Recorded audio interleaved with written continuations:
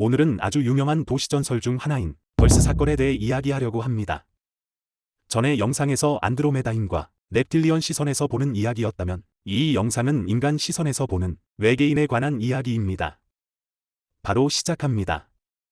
덜스는 미국의 한 지역으로 뉴멕시코주 북쪽에 위치한 작은 마을로서 인구는 3,000명 미만으로 주민들은 대부분 농장에서 일을 하며 소나 양을 기르는 등 농업에 종사하고 있습니다. 이런 조용한 곳에 아주 유명한 도시전설이 전해지고 있습니다. 약 40년 전 이 작은 마을에서는 특이한 총격전 사건이 발생했고 그 사건에서 양측 중 한쪽은 지구인이 아니었습니다. 도시전설계에서 아주 주목받는 이야기며 덜스 사건이라 불려지고 있습니다. 덜스 사건은 필 슈나이더라는 사람에 의해 일반 대중에게 널리 알려졌습니다. 그는 정부에 소속된 엔지니어라고 주장했습니다. 1995년 5월 미국에서 UFO에 관한 박람회를 연 적이 있었는데요. 슈나이더는 박람회에 초대되어 덜스 지역에서의 공사를 책임져 왔고 거대한 지하 도시가 존재한다고 말했습니다. 슈나이더의 말에 따르면 미국에는 이런 규모의 지하 비밀 기지가 총 131개가 있으며 이 모든 기지는 1947년 이후 긴급하게 건설되었습니다. 1947년에 어떤 사건이 발생했는지에 대해서는 대다수가 알고 계실 것으로 생각합니다. 맞습니다. 그 사건 이후 미국 정부가 지하 기지들을 건설했다고 합니다. 슈나이더는 바로 이러한 군사 지하 기지와 잠수함 기지를 건설할 때 작업을 해왔던 엔지니어 중 한 명이었습니다. 우리가 지금 얘기 중인 덜스 기지는 51구역과 아주 가까운 위치에 있고 또한 51구역 주변에는 이와 유사한 기지가 총 9개가 있는데요. 각 기지는 도시만큼 크다고 합니다. 이러한 기지들은 평소 생각하는 굴착기로 파는 것이 아니라 매우 선진적인 암석 융화 기술을 사용하여 바위를 녹여내어 통로를 만드는 방식으로 구축되었고 이와 같은 기술은 군사기술로만 쓰이며 민간에서는 찾아볼 수 없습니다. 그는 1979년에 정부로부터 한 프로젝트를 맡게 되었는데요. 내용은 덜스 기지를 옆으로 확장하라는 것이었고 처음에는 평소와 다를 바 없는 공사일 것으로 생각했지만 도착하자마자 상황은 달라졌습니다. 공사 지역에는 많은 군인들이 주둔하고 있었는데 그 군인들의 목적을 알 수 없었고 보통 정부의 비밀 프로젝트는 드러나지 않는 경우가 많기 때문에 그들에게 묻지 않았다고 합니다. 그가 보기에는 주둔한 군인들의 수가 공사하는 인원보다 훨씬 많았습니다. 군인들 중 일부는 녹색 베레모를 착용하고 있었으며 일부는 빨간색 베레모를 착용했고 또한 검은색 베레모를 착용한 군인들도 있었습니다. 그의 시각에서 보면 모두 델타 포스 특수부대로 보였습니다. 이 프로젝트는 1979년 8월 말에 시작되었습니다. 초기에는 이틀 동안 4개의 깊이가 4km인 구멍을 뚫는 작업을 진행했고 구멍의 직경은 터널과 유사한 크기며 가장 첨단 기술을 사용하여 뚫어지기 때문에 속도가 매우 빠르다고 합니다. 왜 그들은 이 4개의 구멍을 파야 했을까요? 일반적으로 기지를 건설할 때 축으로 사용하기 위해 먼저 4개의 구멍을 파는 것이 관행이고 이 4개의 구멍을 통해 4km 깊이의 지질 구조를 파악하여 그 지질 구조에 따라 어떤 암석 융의 부품을 사용할지를 결정할 수 있다고 합니다. 그러나 마지막 구멍을 파는 과정에서 문제가 발생했습니다. 지하에는 특별히 단단한 물체가 있었고 굴착기 부품이 망가졌으며 결국 부품 교체를 통해 어렵게 뚫어내어 지하에 빈 공간이 있음을 발견하게 되었는데요. 이 부분은 그들이 전혀 예상하지 못한 일이었고 지하 상황을 시각적으로 확인하기 위해 이 프로젝트에 참여한 모든 사람들은 지하로 내려가야 했다고 합니다. 하지만 그들이 내려갈 때 군인들은 함께 내려가도록 요구했고 결과적으로 내려간 총 인원은 69명이었으며 그중 대부분은 군인들이었습니다. 또한 모든 공사 직원들에게 무기를 착용하도록 요구했는데요. 그 순간 슈나이더는 뭔가 심상치 않은 느낌을 받았습니다. 지하로 내려갈 때 모두가 우주복 같은 것을 입은 상태였고 그는 고도로 긴장한 상태였기 때문에 손을 계속 총에 얹은 채 승강기를 타고 내려갔다고 합니다. 내려가는 과정에서 지하에는 아주 넓은 공간이 펼쳐져 있었고 결국 구멍의 맨 밑바닥까지 도달한 후 승강기에서 내려온 직후였습니다. 그로부터 4-5m 정도 떨어진 곳에는 회색 외계인 3명이 서 있다는 것을 알아챘습니다. 한 외계인은 키가 2.3m로 사람과 약간 비슷한 외모를 지니고 있고 반면 키가 작은 두 외계인은 1.5m 정도였으며 그들은 흔히 우리가 그레이 에일리언 영상으로 연상하는 모습이었다고 합니다. 어둠 속에서 갑자기 이상한 물체를 마주하자 지나친 긴장으로 인해 슈나이더는 즉시 총을 꺼내 그들을 향해 발포했고 그 결과 작은 두 외계인을 적중시켜 쓰러뜨렸습니다. 당시 큰 외계인은 손을 가슴 앞쪽을 향해 원형을 그리는 듯 했고, 슈나이더는 정체불명의 푸른 빛이 자신의 가슴을 통과해 지나가는 것을 보았다고 합니다. 그때 그의 왼손은 가슴 앞에 놓여 있었는데요. 바로 그때 두 손가락이 잘렸고, 지금까지도 가슴 앞에는 아주 긴 흉터가 남아있다고 합니다. 그는 그 푸른 빛에 맞았을 때 번개에 맞은 듯한 느낌이었다고 합니다. 발가락은 마치 불에 타는 느낌을 받았으며, 나중에서야 발톱도 신발도 모두 타버렸다는 것을 알았습니다. 전기가 몸 안으로 전달되는 것 같았고, 가슴과 발에서는 연기가 타올랐으며, 이 모든 과정에서 그의 의식은 맑은 상태였다고 합니다. 그 후 곧바로 군인들은 하나둘씩 총을 쏘기 시작했고, 갑자기 한 녹색 베레모를 쓴 군인이 그의 앞으로 돌진해 단번에 그를 승강기 안으로 밀쳐 넣고는 승강기 버튼을 눌러 올려 보냈으며, 남겨져 있는 군인들은 계속하여 그 자리에서 총격전을 하고 있었습니다. 당시 슈나이더는 너무 놀란 상태였고, 지상에 도착 즉시 기절했다고 합니다. 다시 일어났을 때는 이미 병원이었으며, 나중에서야 같이 내려간 사람이 총 69명이고 살아남은 사람은 단 3명뿐이었는데 그중 한 명이 바로 자기였다는 것을 알았습니다. 그때 지하에서 승강기가 올라가는 순간에 자신을 구해준 녹색 베레모를 쓴 군인이 바로 무언가에 적중되어 땅에 쓰러져 사망하는 것을 보았고, 녹색 베레모 군인이 그의 목숨을 구해주었기 때문에 영원히 기억한다고 합니다. 당시 외계인들은 그 어떤 무기도 사용하지 않았고 그냥 손을 움직임으로 파란 빛을 쏘아 군인들을 적중했다 합니다. 그는 이 참사를 일으킨 근본적인 원인은 정부가 그들에게 지하에 위험한 생물체가 있다는 것을 알려주지 않았기 때문이라고 합니다. 그러면 정부는 지하 생물체에 대해 알고 있었을까요? 보통 땅굴을 팔 때 무장한 군인을 파견하거나 총을 들고 다닐 필요가 없을 것입니다. 때문에 알고 있었을 수 있겠죠. 슈나이더는 사실상 자신들은 유인자가 되었다고 주장합니다. 지하에 외계인이 있는지 확인하려고 유인자로 내려보냈다는 거죠.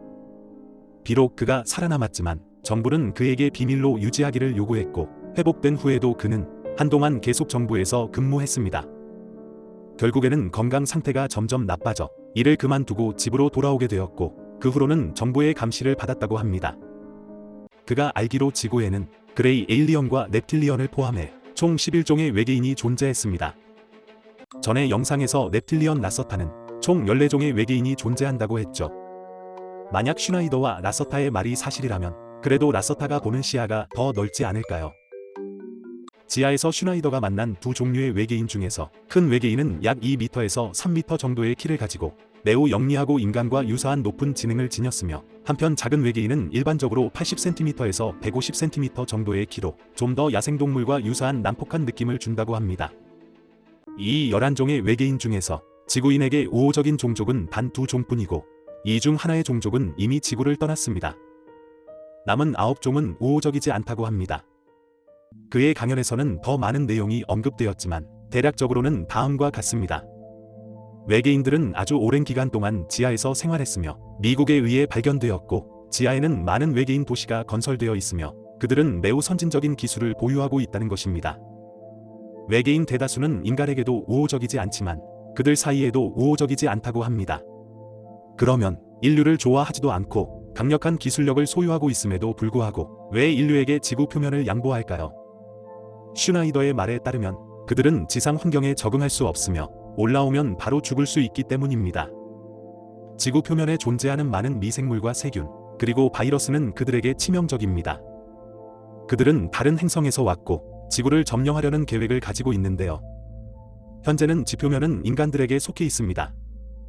하지만 앞으로 지구를 점령하기 위해서는 반드시 지표면으로 나와야 하므로 지표면의 환경에 적응하는 방법을 찾고 있습니다. 미국은 외계인과 접촉 이후 양측은 협상을 통해 합의에 이르게 되는데요. 외계인은 고급 기술을 미국에 제공하고, 미국은 외계인에게 보호를 제공하며 일부 지표 생물에 대한 실험을 수행할 수 있도록 허용한다는 조약이라 합니다. 결국 지표면에는 한 종만이 남게 될 수 있겠죠. 그러나 현재 양측은 박빙 상태이기 때문에 타협하여 합의를 이루게 되었고, 그래서 외계인들은 아직도 계속해 일부 생물의 유전자를 연구하고 있다 합니다. 그들은 자신들의 유전자 개선을 통해 지구 표면에서 생활하길 원합니다. 그래서 양측은 서로 이익을 교환하게 되었다고 합니다. 미국의 달 착륙 기술이나 우주 탐사 기술은 실제로 외계인들로부터 전달된 것이고, 가축이나 심지어 사람들이 외계인에게 납치되는 이유일 수도 있다고 합니다. 그러면 덜스 사건이란 도시전설은 언제 어떻게 생겨났을까요? 실은 슈나이더가 이 사건을 공개하기 전에 이미 덜스라는 곳에서는 지하에 무언가가 있다는 소문들이 떠돌기 시작했습니다. 20세기 70년대에 이곳 목장에서는 대량의 소가 이상하게 죽어가는 사례들이 발생했습니다. 전날까지는 아무 문제 없던 소들이 하룻밤 사이에 주둥이가 잘려 사라지거나 엉덩이 뒷부분이 없어지거나 내장이 없는 이상한 시체로 발견되었죠. 더 이상한 점은 시체 주변에서는 소의 체액이나 피 한 방울이라도 찾을 수 없었고 며칠이 지나도 시체에서는 냄새 한 점도 없었으며 마치 소들 몸속의 모든 액체가 빨려간 것처럼 보였습니다.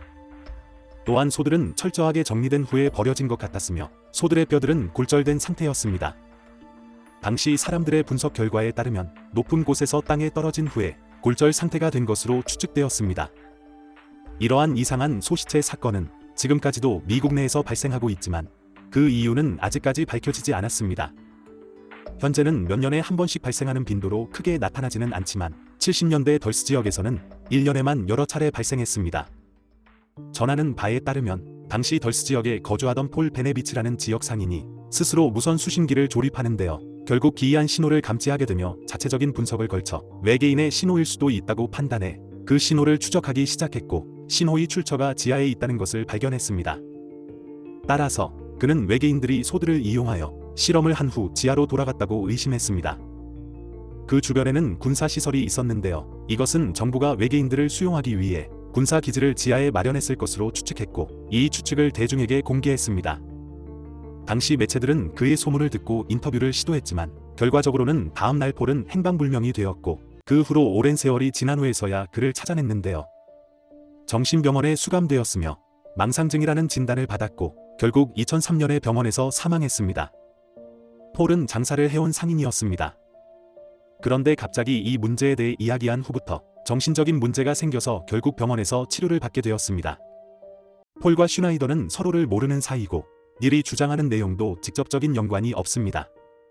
폴은 외계인에 의해 소가 납치된다는 주장을 하고 슈나이더는 외계인과의 총격전 사건을 얘기했습니다. 그러나 생각을 조금 더 해보면 이 두 가지 이야기는 연결될 수 있습니다. 두 사람의 주장에서 공통된 부분은 지하에 지하기지가 존재하며 내부에는 외계인이 존재한다는 점입니다. 서로 다른 부분은 폴은 외계인이 지하 군사기지에 있다고 주장하고 슈나이더는 지하에 아예 외계인 도시가 있다고 주장했다는 것입니다.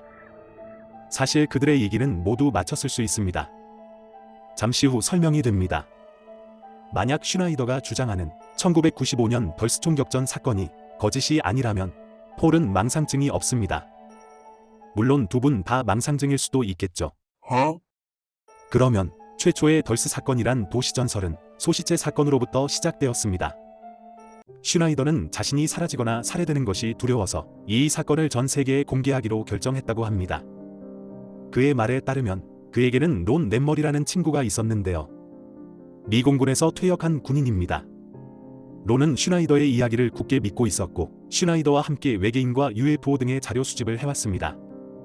결국 1993년 8월에 론은 공원에서 사살로 인해 사망하게 됩니다. 당시 경찰은 사건을 자살로 결론지었으며 사망 현장에서는 유서가 발견되었다고 했습니다. 이로 인해 슈나이더는 자신도 위험에 처해 있다고 판단했습니다. 그리고 슈나이더는 강연 16일 전에 총에 맞아 부상을 입었습니다. 총탄은 어깨에 맞았기 때문에 다행히 치명적인 부상은 피했다고 합니다. 그래서 그는 더 이상 침묵하면 기회가 없을 수도 있다고 판단하여 긴급히 회의에 참석했고 자신이 알고 있는 모든 사실을 공개하기로 결정했다고 합니다. 이 강연에서 그는 수년 동안 수집한 자료와 사진, 그리고 몇 가지 금속 재료를 소개했습니다. 이 중 일부 금속은 고급 기술로 제작된 것이며 다른 일부는 외계 비행선의 소재라고 말했습니다. 덜스 사건에 대해서는 직접적인 경험에 불과할 뿐이라 합니다. 즉, 어떠한 물증도 없으며 기억만 있다는 것입니다. 만약 물증으로 제시될 수 있다면 사라진 두 손가락과 가슴에 남겨진 흉터가 있겠죠. 물론 다른 이유로 인한 흉터일 가능성도 있겠지만요. 당시 그의 강연은 상당한 파장을 불러일으켰지만 물증이 없기 때문에 의심하는 사람들도 많았습니다. 결국 그의 강연 후 단지 반년 만에, 즉 1996년 1월에 그는 자택에서 사망한 채 발견되었고 경찰은 그가 스스로 목을 졸라 자살한 것으로 결론 내렸습니다. 슈나이더의 사망으로 인해 전 아내가 공개 편지를 게시하게 되었고 이로써 사건에 대한 관심은 다시 한번 정점에 이르렀습니다. 공개 편지의 내용에 따르면 그는 전 아내와 1986년에 네바다주에서 만나 결혼하였고 결혼 후 2년 뒤에 딸을 낳았으며 딸이 3살이 되던 1990년에 이혼하게 되었습니다. 이혼 이유는 명확히 밝히지는 않았지만 아마도 아내를 보호하기 위해서였을 가능성이 있습니다. 전 아내는 이혼 이후에도 슈나이더를 계속 돌봤습니다. 슈나이더는 건강도 좋지 않았지만 계속해서 외계인, UFO, CIA의 불법 활동 등에 관한 증거를 수집했습니다. 가장 중요한 점은 전 아내가 남편이 자살하지 않을 것이라 주장한 점입니다. 슈나이더는 손가락이 부족한 상태였기 때문에 그 손으로는 무엇이든지 힘을 주고 잡을 수 없었고 또한 어깨에는 총상을 입은 경험이 있어서 손을 들 수 없습니다. 물리적이든 객관적이든 스스로 목을 조르거나 죽이는 행위를 할 수 없다고 주장합니다. 만약 그가 자살을 시도한다고 하더라도 이런 방식을 선택하지 않았을 것이라고 합니다. 그리고 전 아내가 그의 유품을 정리하던 중에 그가 오랜 시간 동안 소중히 수집해왔던 사진들이나 자료들이 모두 사라져 버렸고 심지어 강연 중에 관객들에게 공유했던 사진과 자료까지도 사라졌습니다. 또한 아주 중요한 부분이 하나가 있었습니다. 그가 오랜 시간 동안 벌스 사건을 공개하지 않은 이유는 근래에야 해당 사건과 관련된 기억을 회복했기 때문이라 합니다. 전 아내와 결혼했을 때 국가에서는 그에게 치료용 약을 처방해주기에 슈나이더가 과거에는 공무원으로 근무하다가 부상을 입어 머리까지 다쳤을 것이라고 생각했다 합니다. 전 아내는 그가 약을 복용할 때마다 간질 발작이 일어나고 정신 상태가 흐릿해진다는 것을 발견했으며 이 약이 슈나이더와 어울리지 않다고 생각되어 복용을 중단했습니다. 그런데 큰 일이 발생했습니다. 슈나이더는 매우 정상적인 사람으로 변화하게 되었고 과거의 많은 일들을 기억하기 시작했다고 합니다. 그때에서야 남편이 과거에는 비밀스럽게 정부 업무를 수행했을 뿐만 아니라 외계인과도 접촉이 있었다는 사실을 알게 되었고 복용했던 약이 기억에 영향을 미치는 약인지 의심하게 되었다고 합니다. 그래서 그의 사망과 이 약에 대한 수많은 의문점이 생겼으며 만약 지금 이 사실을 밝히지 않으면 자신도 사라질 가능성이 있다고 판단하여 공개 편지를 작성하게 되었다고 합니다. 이 공개 편지로 인해 사건의 신뢰성은 한층 더 높아지게 되었습니다. 기억을 되찾은 후에는 아버지가 누구인지를 기억하면서 지하실에서 아버지의 사진을 찾아내게 되었는데요. 그의 아버지는 미국 과학자 중 한 명인 오스카 슈나이더였습니다. 바로 이 사진입니다. 이 사진은 1943년 8월에 찍힌 것으로 미국의 다양한 분야에서 최고의 전문가들이 모여 있는 사진이라고 합니다. 이 사람이 바로 오스카 슈나이더라는 그의 아버지라고 합니다. 그 외에도 2명의 매우 유명한 물리학자가 있는데요.